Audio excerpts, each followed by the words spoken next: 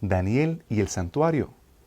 ¿Qué tiene que ver el libro de Daniel, que muchas veces lo asociamos con profecía, con el servicio que se llevaba a cabo en el tabernáculo o más adelante en el templo? Quédate con nosotros sintonizando este programa de evidencias para estudiar el libro de Daniel a la luz del santuario.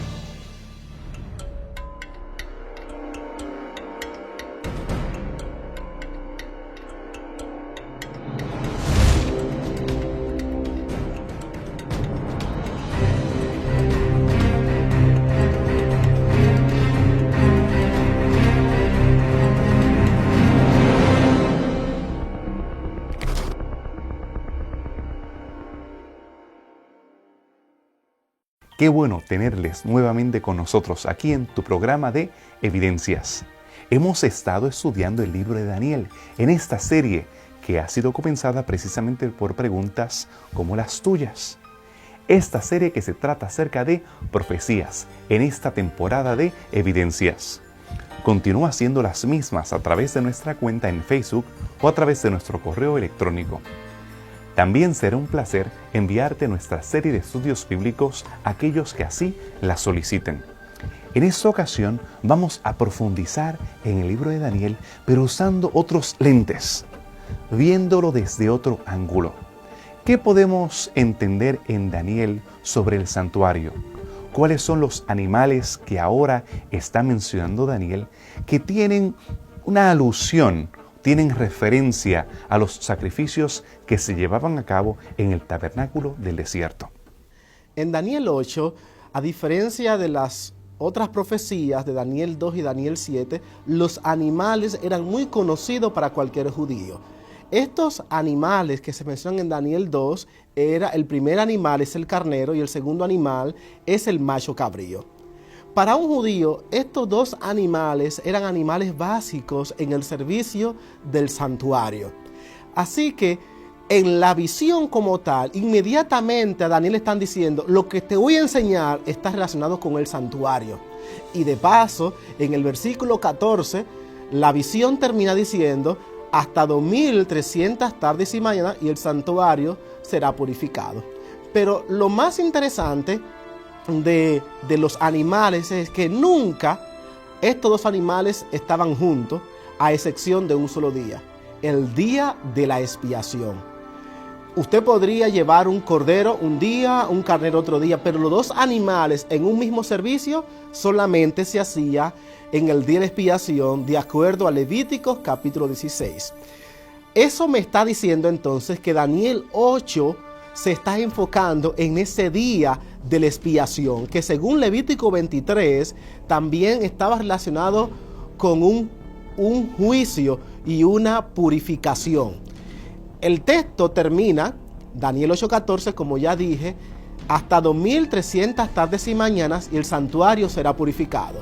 Así que estamos en un contexto de purificación, el día de la expiación. Los dos animales reflejan este día y el mismo versículo alude específicamente que estamos en el día de la expiación, donde los pecados y el santuario era purificado. El primer animal, que es el carnero, dice que va hacia varios lugares. Va hacia el este, va hacia el oeste y va hacia el sur. Luego viene el versículo 7, describe que viene un macho cabrío que viene corriendo pero tan rápido que ni siquiera pisa la tierra y con su cuerno mayor acornea a este carnero y lo mata. De esta manera el macho cabrío toma el poder. Este cuerno tan grande con el cual mató al carnero luego se rompió, se quebró y en su lugar surgieron 4 cuernos que el versículo 8 describe. 4 cuernos grandes que se distribuyeron hacia los 4 vientos del cielo. Los versículos que hemos notado son muy específicos. En Daniel capítulo 8, versículo 3, relata que alcé mis ojos y miré, y aquí que había delante del río un carnero. El carnero del cual hemos estado hablando en relación al sistema sacrificial. También nosotros podemos notar que aparte del carnero, nosotros vemos a Daniel que ve un macho cabrío en el versículo 8. Entonces el macho cabrío se engrandeció en sobremanera, y estando en su mayor poderío, aquel gran cuerno fue quebrado, y en su lugar crecieron 4 cuernos muy visibles hacia los 4 vientos del cielo. ¿Qué tiene que ver esta visión con la política? Con lo que estaba sucediendo en los días de Daniel y lo que estaba por suceder más adelante. Bueno, el capítulo 8 nos va a ofrecer un cambio interesante. En primer lugar, volvemos al hebreo, ¿verdad? Así que hay un enfoque en el cambio del idioma. El libro de Daniel posee 2 idiomas. Interesantemente, ahora que hay un cambio en el idioma, vemos también que hay un cambio en la perspectiva de cómo la profecía es anunciada. Vimos que se ha utilizado una estatua, después vemos que se utilizan diferentes tipos de animales, pero ahora los animales que son utilizados en el capítulo 8 definitivamente pueden ser fácilmente conectados por la temática del libro con animales utilizados en los rituales del santuario hebreo. Interesantemente vamos a ver que las mismas imágenes visuales o los símbolos que son usados en este capítulo claramente están llevando nuestra atención hacia el tema del santuario y hacia un enfoque que cualquier israelita rápido iba a poder identificar, porque son animales limpios y animales que son utilizados en el santuario. Así que vamos a ver que por las descripciones de estos animales, el enfoque del lector es llevado a este tema. Así que, y claro, la historia misma nos va a mostrar que el tema del santuario va a ser un tema importante en el desarrollo de la historia, de estas profecías. Vamos a ver nuevamente, sin embargo, que hay elementos en común con otras profecías, donde vamos a ver que se vuelve a hacer una descripción del desarrollo histórico. Tal vez la única diferencia es que como ya nos encontramos en un punto más adelante en la historia, ya se ha vivido y se ha probado la veracidad del mensaje de Daniel, porque ya uno de estos poderes ha caído. Así que es interesante ver que el libro de Daniel no nos invita a creer en algo que aún dentro del mismo libro ya ha ocurrido. Así que ya ha habido, en el tiempo en que el libro se escribe, ya ha habido uno de los cumplimientos de la profecía del libro de Daniel, y uno de los primeros poderes ya ha dejado de existir, y ahora vemos operando el siguiente poder. Así que definitivamente creo que hay una base sobre el mismo libro de Daniel en confiar en la veracidad del cumplimiento profético mencionado en los anuncios proféticos de este libro. Y vamos a ver pues que el desarrollo político presentado o geopolítico corresponde con los anteriores, solo que ahora no comenzamos con Babilonia, sino que comenzamos con Medo-Persia. Y vamos a notar, nuevamente como mencionamos, que va a haber detalles que se repiten, pero también va a haber una ampliación. Se van a ofrecer un poquito más detalles que enriquecen personajes que tal vez fueron mencionados de una manera un poquito más sencilla en el capítulo 7, ahora van a ser ampliados y ciertas perspectivas van a ser enfatizadas. El lenguaje de Daniel 8 es rico en lenguaje del santuario. No solamente lo vemos en relación con la situación geopolítica de esos días, sino más aún, vemos evidencia que él también está refiriéndose a una visión vertical, fijándose hacia el cielo. Los ataques no solamente se iban a llevar a cabo en el plano terrenal, sino que algunos de estos ataques serán elevados hasta el trono mismo de Dios. Pero si quieres más detalles acerca de esto, quédate con nosotros después de esta pausa aquí en Evidencias.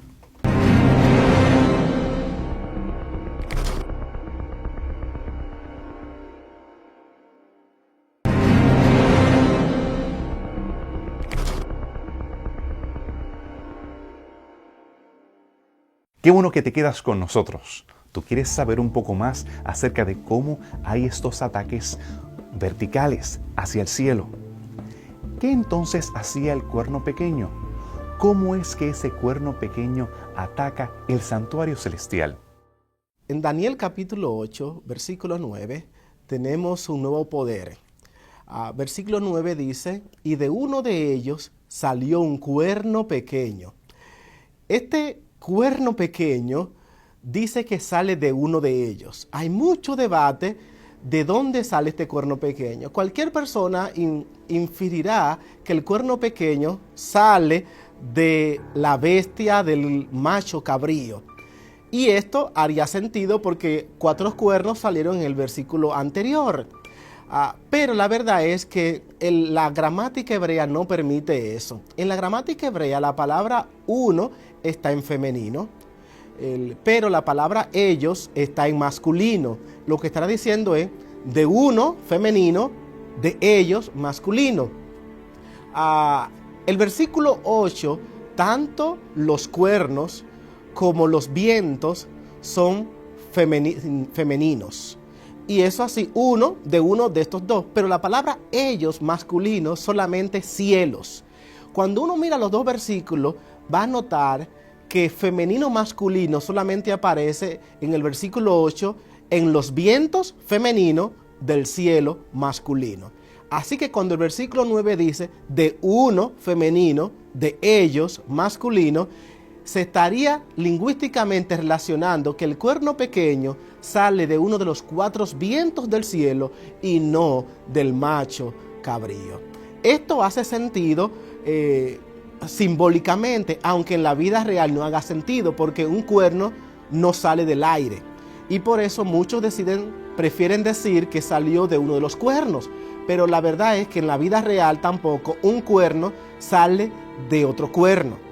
Además, en la profecía, este cuerno que se presenta en el versículo 9 se pone como un poder aparte del cuerno anterior, de los 4 cuernos anteriores, de la bestia que se describe, el macho cabrío. Y esto no permite que este cuerno pueda ser la misma. Esto es desde el punto de vista lingüístico. Muchas personas han querido identificar a este cuerno con Antíoco Epífanes y dicen que Antíoco Epífanes vino del carnero que representaba al imperio al imperio greco-macedónico. Pero este imperio se dividió en 4 cuernos y Antíoco Epífanes pertenecía a uno de estos cuernos.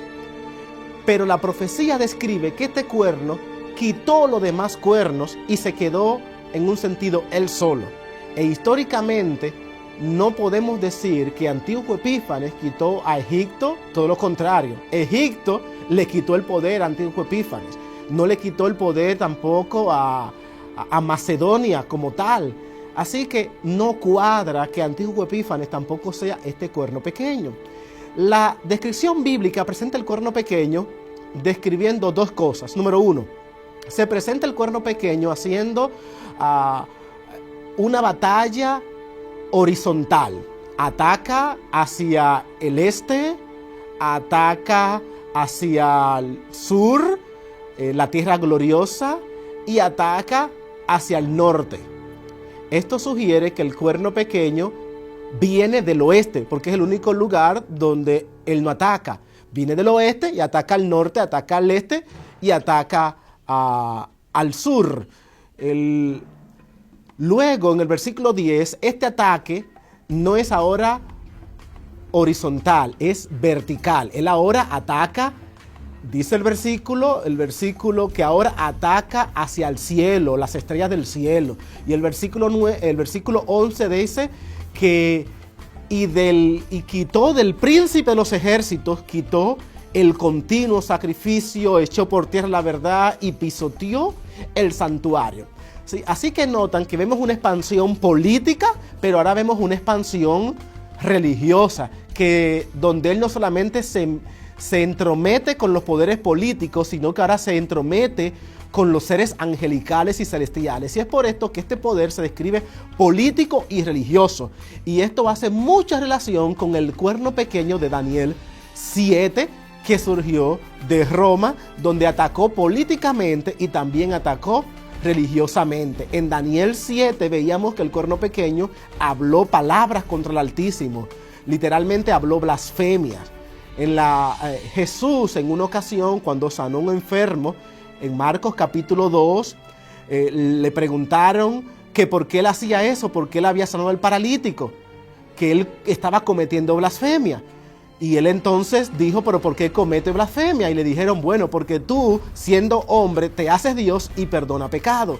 Así que cometer blasfemia es pretender ser Dios al perdonar pecados.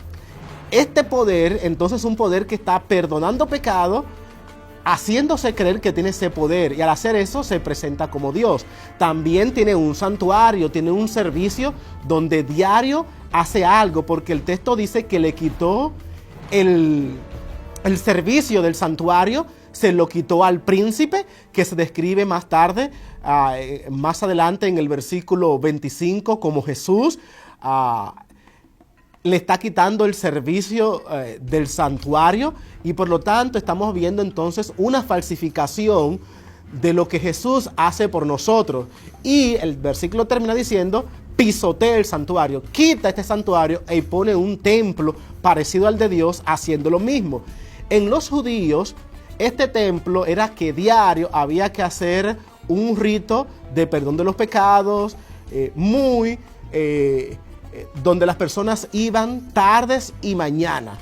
Y este poder entonces estaría haciendo también algo parecido, donde tarde y mañana haría un servicio religioso para perdonar pecado a las personas que fueran allí. Y es por esa razón que podemos ver una relación entonces entre Daniel 7, el cuerno pequeño, y Daniel 8 y el cuerno pequeño. Ellos describen un mismo poder y hacen la misma cosa. Cuando leemos a Daniel 8, hablamos acerca del plan de la salvación. ¿Qué importancia tiene la intercesión de Jesús en relación a nuestra salvación? ¿Cómo afectaba la actividad de este cuerno pequeño tu relación con el cielo? El santuario funcionaba como una ilustración a fin de que las personas, el pueblo de Israel, pudiesen entender qué era el plan de salvación. Pero no solamente en una forma teológica y amplia, sino en el diario vivir. Ellos debían entender cómo funcionaba el asunto del perdón de los pecados. Cuando uno cometía alguna falta, tenía que llevar un sacrificio al santuario. Ahora bien, ¿por qué no simplemente perdonar y no tener ningún sacrificio o así? Bueno, el asunto es que el pecado tiene consecuencias y Dios quería hacer sentir a la persona las consecuencias del pecado. Entonces, esta ilustración del santuario ayudaba para que el individuo, el creyente, pudiese saber de que había pecado, reconociese su pecado y entonces llevase una ofrenda de sacrificio allá. Pero, ¿cómo hacer? ¿Cómo hacer si uno peca muchas veces? El ser humano es tendiente al pecado. Y tenía que llevar tantos corderos, tantos sacrificios. ¿De dónde iban a sacar tantos corderos para eso? Bueno, el santuario entonces proveía un sistema diario de sacrificios y un sistema anual de sacrificios. En el sistema diario encontramos que a las 3 de la tarde y a las 9 de la mañana, en la mañana y en la tarde, se hacía un sacrificio que era un sacrificio general para todo el pueblo. Aquella persona que había pecado y que no tenía posibilidad de llevar un cordero ni ningún sacrificio al santuario, ese cordero era prácticamente el cordero que Dios proveía, el santuario proveía, y a las 9 de la mañana estaba siendo sacrificado. Y todo aquel que quisiera encontrarse con Dios y tener el perdón de Dios, elevaba su mente y su corazón al santuario y entonces decía, por ese sacrificio que se está haciendo. Ese cordero prácticamente no lo daba la persona, ese era el cordero del santuario o el cordero de Dios para poder perdonar los pecados. Este sacrificio se hacía en una forma doble durante los sábados. En Números capítulo 28, versículos 9 y 10 se habla de que era un doble sacrificio durante el sábado. Y Levíticos 4:27 nos habla acerca del procedimiento que se daba cuando una persona tenía un sacrificio para dar. Él tenía la posibilidad de llevar un cabrito o un cordero al santuario, entonces llegaba, ponía sus manos sobre el sacrificio y entonces después mataban al animal y llevaban la sangre al santuario. Ahora bien, esto se repetía cada día. Sin embargo, también el santuario tenía fiestas que se hacían a través del año. nos dice Éxodo 23, 14 y 17 y también Éxodo 34, 23, que estas fiestas eran una reunión solemne que se hacía 3 veces al año. La primera vez se hacían 3 fiestas, la de la Pascua, las primicias, y entonces en esa fiesta, la Pascua, los panes sin levaduras y las primicias, se reunía todo el pueblo. La segunda vez en el año eran el tiempo del Pentecostés, y la tercera vez era el día de la expiación. Antes tenía la fiesta de las trompetas, el día de la expiación, que era el punto clave, y después la fiesta de los tabernáculos. Así que 3 veces al año tenía que llevar una persona al santuario, todos los varones tenían que llegar. Entonces, en resumidas cuentas, ¿qué importancia tiene el santuario para entender el plan de salvación? Bueno, el santuario es una ilustración de todo el plan de salvación, desde el punto de vista global, pero también desde el punto de vista diario y personal. El perdón de los pecados, la expiación y la salvación estaba implícito en todos los ritos y ceremonias del santuario. Encontramos entonces evidencias lingüísticas para identificar al cuerno pequeño. No lo podemos identificar de otra manera aquí, diferente a lo que hemos hecho en el programa anterior. Cuando habla acerca de uno de ellos, lingüísticamente está hablando acerca de uno de los vientos, no uno de los cuernos. Por esa razón, la interpretación es consistente con lo que hemos visto anteriormente, con la Roma papal. La intercesión de Jesús se había visto bloqueada. Tu relación con el cielo ha sido cortada. Pero hay esperanza. El santuario ha de ser purificado. Quédate con nosotros para que puedas analizar la profecía más larga que aparece en la Biblia. Todo eso después de esta pausa aquí en Evidencias.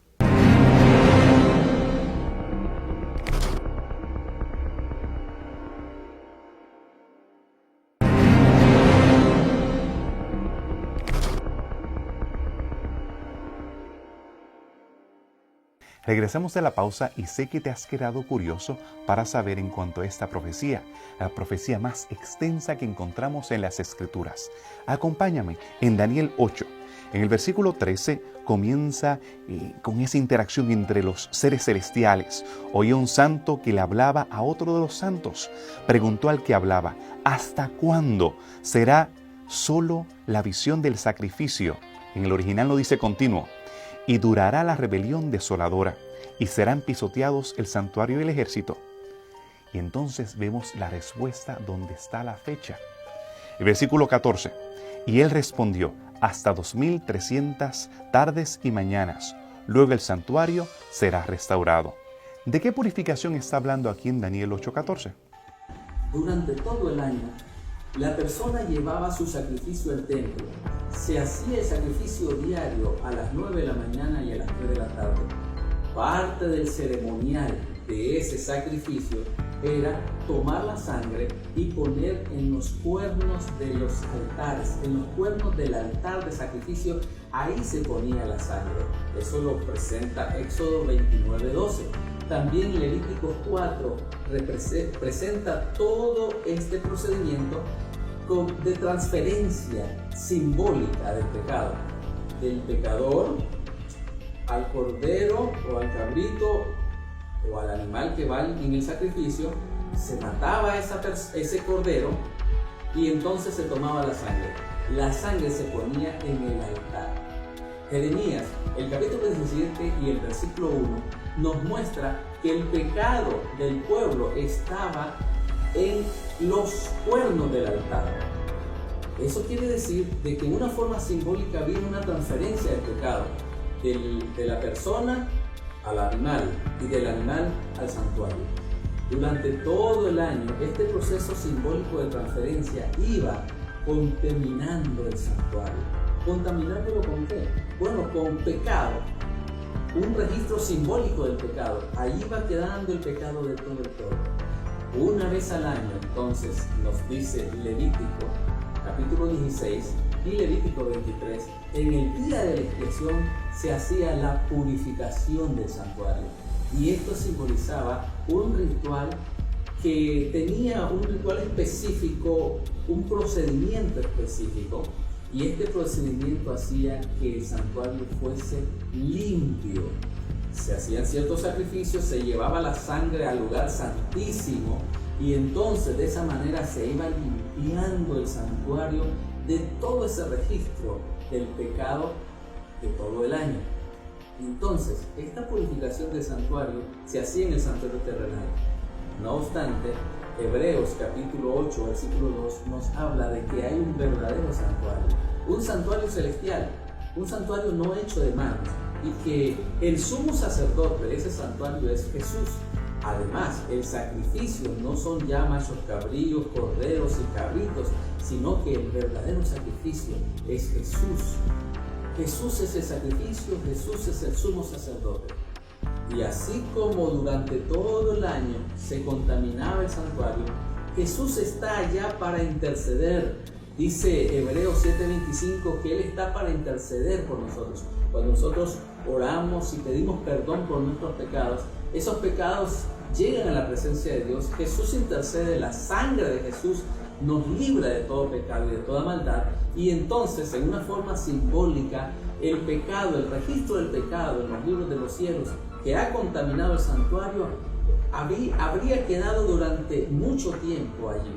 Sin embargo, Daniel 8:14 dice: 2300 tardes y mañanas pasarían y el santuario sería purificado.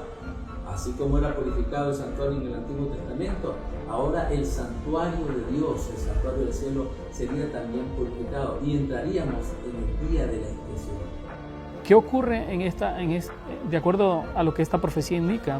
Se nos dice que el santuario tiene que ser purificado. El término que se utiliza es nisdak, que es un término que solo aparece aquí, pero que interesantemente personas que han estudiado el término dicen que puede ser asociado con tres ideas. En primer lugar, el santuario dice que fue por el efecto de la obra del cuerno pequeño, fue echado por tierra. Una de las nociones de este término es que tiene que ser restituido. Lo que ocurría, el continuo que tiene que ver con este sacrificio de este ministerio de intercesión y de mediación que fue echado por tierra por el cuerno pequeño, tenía que ser restituido. No solo echa por tierra el santuario, echa por tierra incluso la verdad, dice el capítulo 8. Así que verdades relacionadas con el tema del santuario, las verdades que el santuario enseña, como menciona incluso el libro de Salmos, capítulo 73, verso 17, que uno puede entender cosas respecto al fin de los impíos a través del santuario. Esas verdades tienen que ser restituidas. Esa es una de las cosas que va a hacer esta profecía. Dice, las verdades y este ministerio intercesor que enseña el santuario tiene que ser restituido. También tiene que haber una purificación, porque parte de la contaminación que experimenta este santuario se debe al pecado. Dice el capítulo 8 que debido a las transgresiones. Así que definitivamente debe haber también algo que ocurra en relación a la purificación de los pecados en el santuario. Y finalmente la última, que tiene una noción de cómo esta palabra está relacionada con el aspecto de vindicar, donde Dios necesita a través de alguna obra de juicio volver a establecer orden ante los abusos que el cuerno pequeño ha tenido contra el pueblo de Dios. Y todo esto es lo que anticipa la profecía que va a ocurrir a partir del cumplimiento de esta profecía. Ahora tenemos una profecía que nos habla de tiempo. ¿A qué periodo se está refiriendo aquí en Daniel 8? Daniel 8:14 menciona una profecía muy significativa. Hasta 2300 tardes y mañanas y el santuario será purificado. En el libro de Daniel encontramos 4 líneas proféticas. No obstante, muy pocas veces se menciona en el libro de Daniel una profecía de tiempo específico con un inicio y una terminación y un número de tiempo. Esta profecía es introducida en Daniel 8:14, 2300 tardes y mañanas. Cuando uno lee a primera instancia la profecía y habla de tardes y mañana, uno recuerda lo que dice Génesis, y fue la tarde y la mañana un día. Esa es la descripción del Antiguo Testamento, la descripción primaria de la palabra yom, día en el hebreo. Boker, erev, tarde y mañana. Eso forma un día. Por lo tanto, cuando nosotros leemos Daniel 8:14 y miramos 2300 tardes y mañanas, lo primero que viene a la mente en comparación con Génesis capítulo 1 es 2300 días. Y sí, pues estaríamos hablando un poco más de 6 años, una profecía en unos 6 años aproximadamente. Sin embargo, las características de la profecía que se presentan en todo el contexto de Daniel capítulo 8 y de Daniel capítulo 9 nos muestra que no se referían a 6 años y un poco más. Dios le dice a Daniel: no te preocupes, Daniel. Él no entendió muy bien esta profecía, no entendió ese lapso de tiempo, 2300 tardes y mañana. ¿Qué será eso? Y Dios le dice a Daniel: no te preocupes, Daniel, porque esto es para muchos días. Eso está en Daniel 8:19. Esto es para muchos días. Y en Daniel 12:4, hablando de profecía, le dice: cierra este libro porque esto es para el tiempo del fin. También esa palabra se menciona en Daniel 8:19, 5 versículos después de Daniel 8:14, donde están los 2300 tardes de mañana. Le dice: esta profecía es para el tiempo del fin. Entonces, las características que muestra el texto en relación a los 2300 tardes y mañana son características que evidencian una profecía de mucho tiempo, no solamente 6 años y un poco más, lo que serían 2300 días.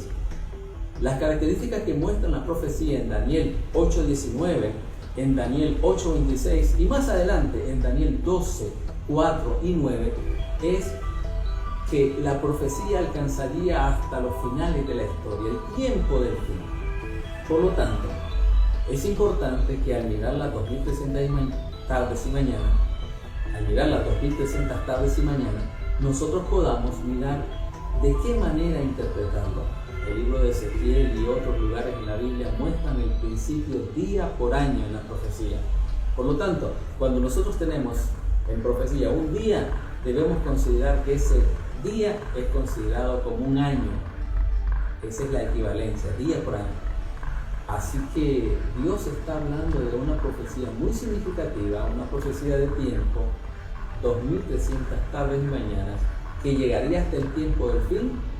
La única forma es que esa profecía no tenga que ver con días literales, o sea, no son 2300 días que son 6 años y un poco, sino que son 2300 días, años, en otras palabras, 2300 años.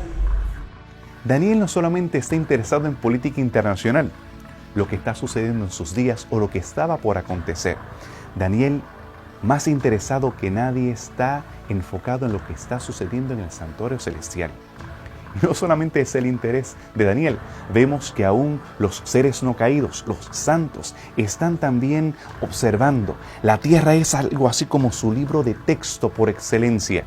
Y mientras ellos contemplan, ellos se preguntan: ¿cuándo sería el santuario purificado? Hay fechas de las cuales Daniel es específico. ¿Cuáles son esas fechas?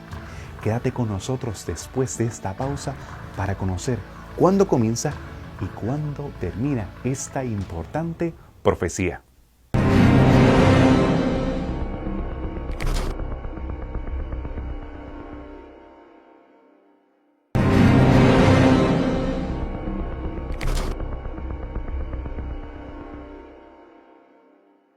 Hemos llegado a la parte final de este programa. Es emocionante ver cómo Daniel no solamente está interesado en la situación geopolítica de sus días o en lo que está por acontecer, sino que él estaba enfocado en el santuario, en la salvación de cada uno de nosotros. Pero, ¿cuándo es que comenzaría esa profecía de los 2300 días? La profecía de los 2300 días quedó en la mente de Daniel y le causó mucha perturbación.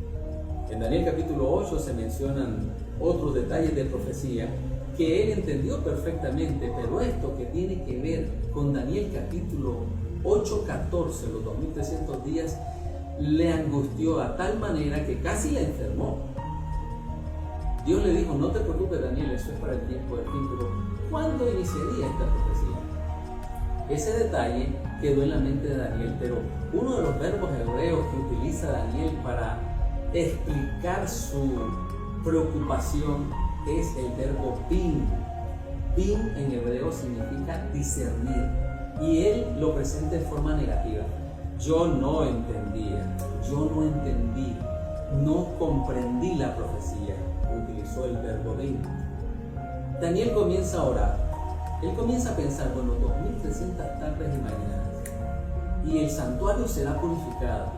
Daniel se preocupa porque, según sus cuentas, está llegando al final del tiempo en que los hijos de Judá iban a estar en Babilonia, y Jeremías, el profeta, había profetizado, valga la redundancia, que en algún momento ellos iban a regresar a Judá, a Jerusalén, y que se iba a reconstruir Jerusalén.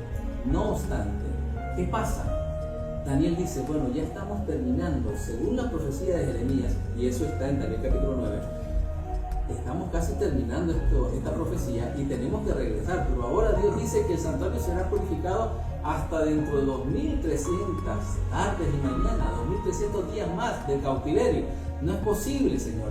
Así que Daniel comienza a orar, y al orar, en el capítulo 9 miramos una oración donde se arrepiente del pecado, y es como diciéndole a Dios: Señor, mira, Señor, ya hemos pagado suficiente en el cautiverio aquí en Babilonia, ya es tiempo de que regresemos.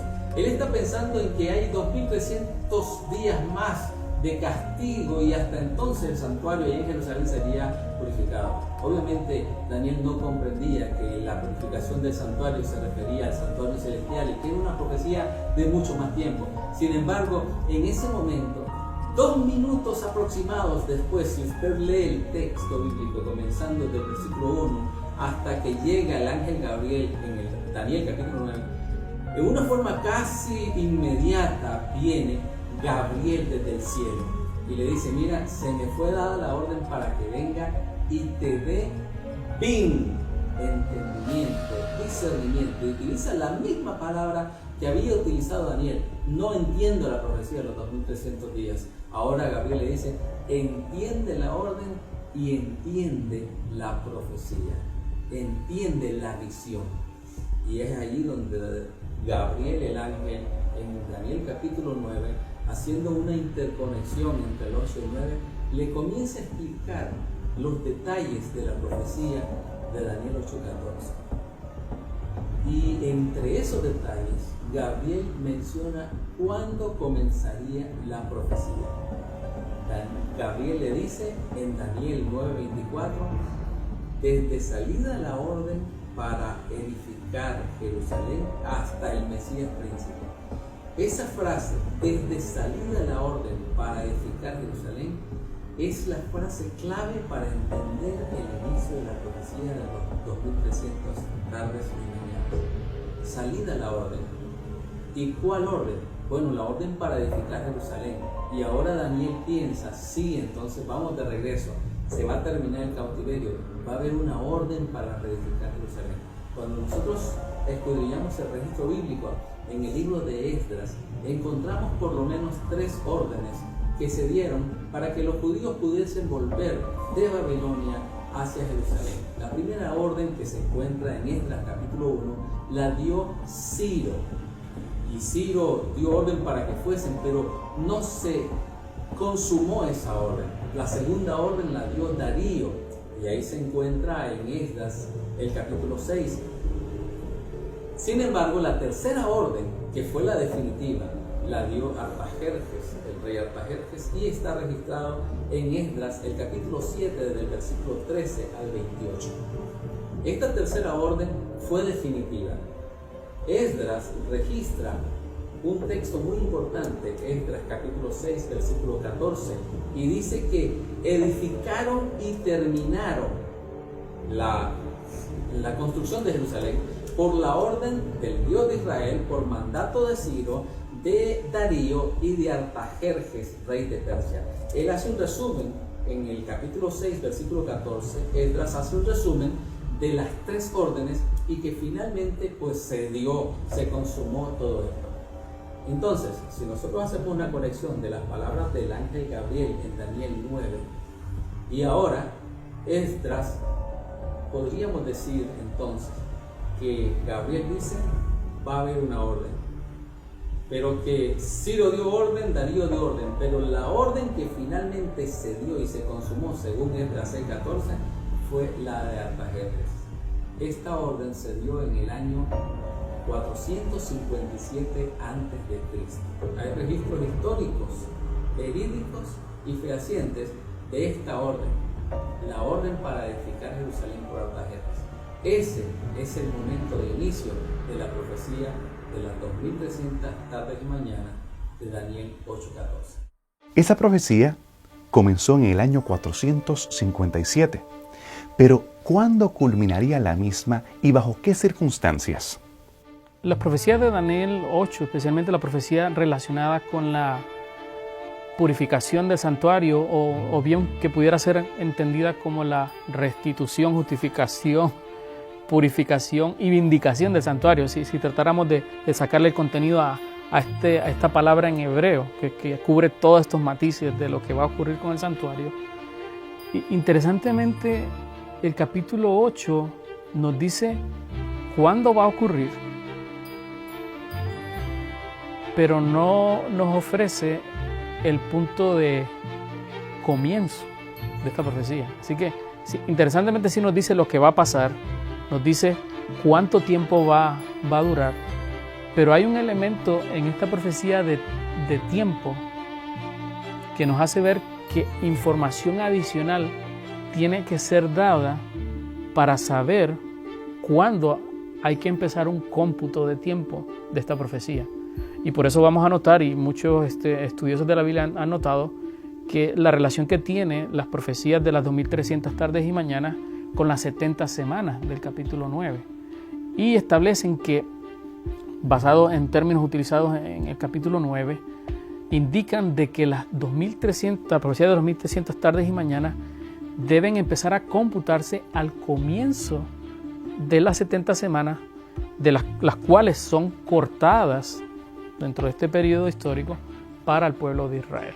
Así que creo que es interesante porque vamos a ver que en cierto sentido las profecías y el libro de Daniel es una conexión, están interrelacionados, donde simplemente no podemos pensar en términos, ok, este es el capítulo 8 y ya aquí está todo contenido.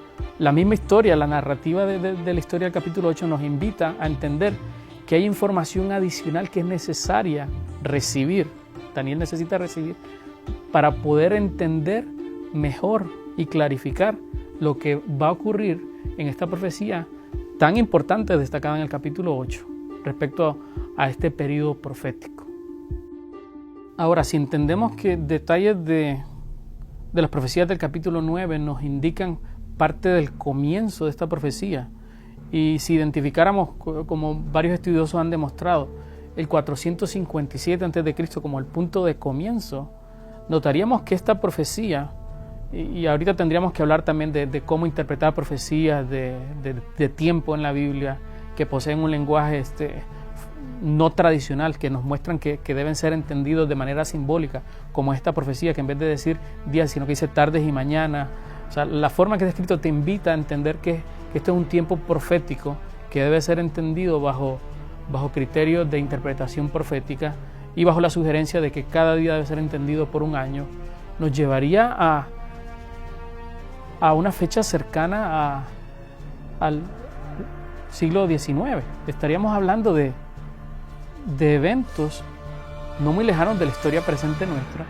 Claro, si recordamos que todas estas profecías están enfocadas hacia un desarrollo de la historia, debemos de pensar de que hay cumplimientos que no todos van a estar ubicados en el tiempo de Daniel, sino que van a haber eventos en el desarrollo de esta profecía que van a cubrir el desarrollo de la historia cristiana y llevarnos incluso a tiempos cercanos a nuestro, recordándonos que la línea final de todas estas profecías es el establecimiento del reino de Dios por la segunda venida de Cristo. Así que podemos notar y pensar de que definitivamente, si pensamos que Dios está cumpliendo sus profecías a través de la historia, no podemos pensar de que todas quedaron en el primer siglo. Y esta ciertamente es una profecía que trasciende esos periodos y tiene una proyección hacia el futuro del Daniel, pasado tal vez nuestro, pero que nos dice que Dios sigue teniendo control de la historia. Daniel 8, al igual que Daniel 7, terminan con una solución divina. En Daniel 7 vimos que la solución divina a las obras del cuerno pequeño era un juicio en favor de los santos. En Daniel 8 vemos que la solución al problema del cuerno pequeño es la purificación del santuario. De esta manera, el texto nos está diciendo que la purificación del santuario es sinónimo al juicio que Dios hace en favor de los santos. De hecho, el día de la expiación o el día de la purificación del santuario en Levítico 16 y en Levítico 23-29 se describe como un día de juicio donde las personas esperaban liberación y el perdón de sus pecados de manera definitiva. Si Daniel 8 termina de esta manera, lo que está diciendo es que al final Dios va a vindicar su nombre, va a vindicar su pueblo, va a vindicar el santuario de las obras malas que este cuerno pequeño ha estado haciendo.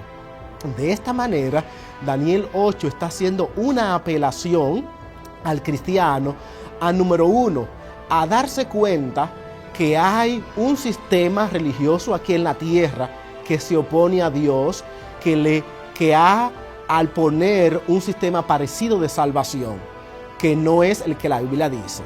Y cuando uno hace eso y uno hace lo que este cuerno pequeño hace, está siendo un seguidor sin darse cuenta.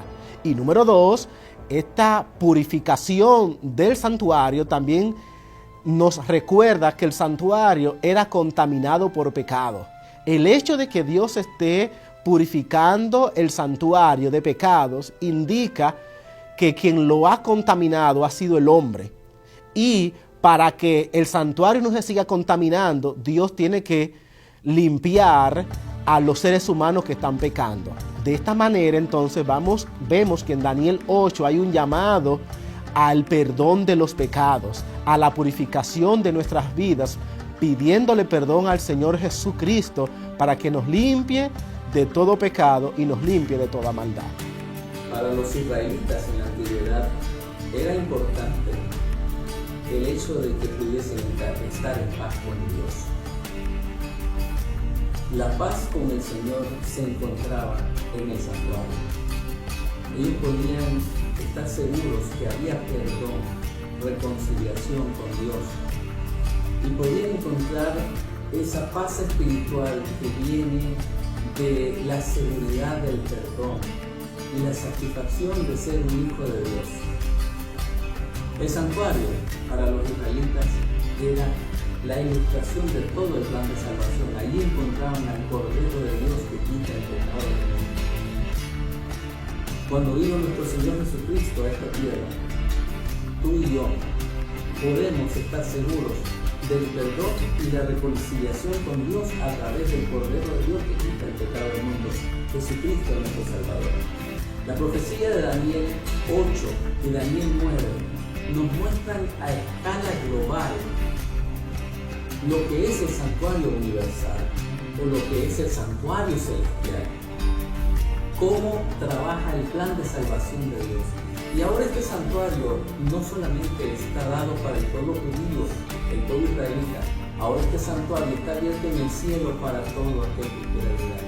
Podemos acercarnos, como dice el libro de Hebreos, con toda confianza ante el trono de la gracia de Jesús y encontrar gracia, Padre, por nosotros. Es mi privilegio y tu privilegio el poder encontrar esa gracia. Y Daniel 8 y 9 nos da esa seguridad. Esta emocionante y larga profecía de 2300 años comenzó en el año 457 y continúa de manera ininterrumpida hasta el año 1844.